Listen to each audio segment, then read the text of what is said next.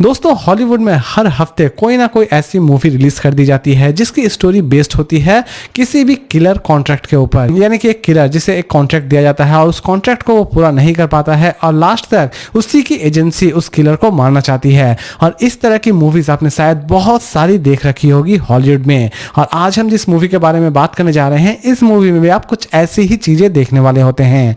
जी हाँ दोस्तों, मैं बात करने जा रहा हूँ द किलर मूवी के बारे में, जिसे फाइनली रिलीज कर दी गई है जियो सिनेमा पर। इसे हिंदी और इंग्लिश दोनों लैंग्वेज में ही रिलीज की गई है। मूवी बहुत ही ज्यादा फ्रेश बनाई गई है, इसीलिए इस मूवी को चाहे तो आप अपने पूरे फैमिली के साथ भी बैठकर देख सकते हैं। तो दोस्तों चलिए जानते हैं थोड़ा बहुत इस मूवी की स्टोरी के बारे में। तो दोस्तों कहानी की शुरुआत होती है जी से, जो कि एक कॉन्ट्रैक्ट किलर है। उसे एक कॉन्ट्रैक्ट दिया जाता है, यानी कि एक गैंग को खत्म करने का कॉन्ट्रैक्ट दिया जाता है। और उस कॉन्ट्रैक्ट को वो खत्म कर ही लेती है कि अचानक से ही उसे एक लड़की पर दया आ जाती है। यानी कि वो लड़की अंधी रहती है, इसीलिए उस पर दया आ जाती है।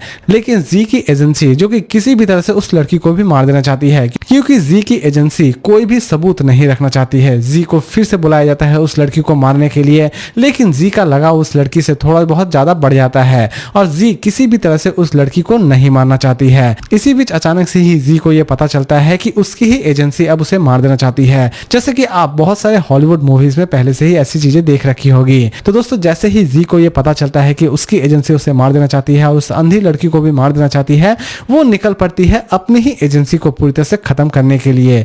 और लास्ट तक जी अपने इस मकसद को किस तरह पूरा करती है, ये तो आपको इस मूवी को देखने के बाद ही पता चलने वाली है। मूवी में आप अच्छी खासी एक्शन एंजॉय करने वाले होते हैं। मूवी की कॉन्सेप्ट भी आपको काफी हद तक पसंद आने वाली होती है। लेकिन दोस्तों इस मूवी को जब आप देख रहे होंगे तो आपको कहीं ना कहीं बहुत सारी चीजों में खामियां नजर आने वाली होगी। जैसे कि इसकी स्टोरी आपको उतनी ज्यादा स्ट्रॉन्ग नहीं लगने वाली होगी।